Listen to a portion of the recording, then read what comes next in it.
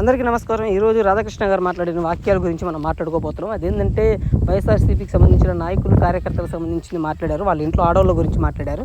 So అది ఏ ఆడవాళ్ళ గురించి మాట్లాడినా చాలా పెద్ద తప్పండి. ఎవరి గురించి మాట్లాడకూడదు. ఏ ఆడవాళ్ళ గురించి మనం మాట్లాడినా అది తప్పే. అది ఏ పార్టీ వాళ్ళైనా సరే, జనసేన అయినా, టీడీపీ అయినా, ఇంకా వైసీపీ అయినా, ఇంకేదైనా కానీ అది మాట్లాడటం తప్పండి. ప్లస్ ఇంకోటి ఏంటంటే ఈయన చెప్పారు, మామూలుగా భార్యల్ని చెల్లెలుగా అనుకుని సంబంధాలు చూస్తారని. మీరు ఎంతమంది భార్యలను అనుకొని, ఎంతమంది భార్యల్ని చెల్లెలుగా అనుకొని మీ సంబంధాలు చూసారనేది మీరు చెప్పాలి. ఎందుకంటే మీకు తెలిసిన వాళ్ళు కానీ, మీ చుట్టుపక్కల మీ సర్కిల్లో కానీ ఎంతమంది అలా పెళ్లి చేశారు, భార్యల్ని చెల్లెలు అనుకొని వేరే మగాళ్ళకి పెళ్లి చేశారని మీకు చెప్పాలి. ఎందుకంటే ఆలోచన ఎవరికి రాదు. అది మీకు వచ్చిందంటే మీరు ఎక్కడో చూస్తుంటారు. అది ఎక్కడో దూరంగా అయితే దూరంగా అయితే కాదు, చాలా దగ్గరగానే మీరు చూసుంటారు. కాబట్టి అలాంటి ఆలోచనలు వచ్చినాయి.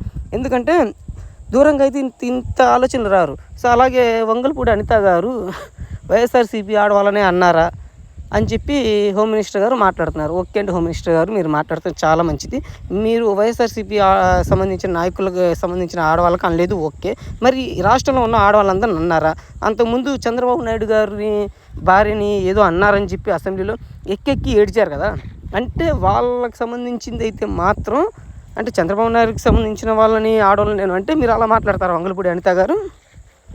అదే జగన్ గారికి సంబంధించిన పార్టీ వాళ్ళ నాయకులకి ఏమైనా అంటే లేదు మనం సమర్థించాలి, ఆయన అన్నది కరెక్టే, వాళ్ళని అనలేదు, ఆయన చాలా మంచిగా మాట్లాడారు, ఆయన చాలా మంచోడు, అసలు ఆయన ఛానల్ మీదకి వెళ్ళిపోవటం ఏందని చెప్పి మీరు గట్టిగా మాట్లాడుతున్నారు.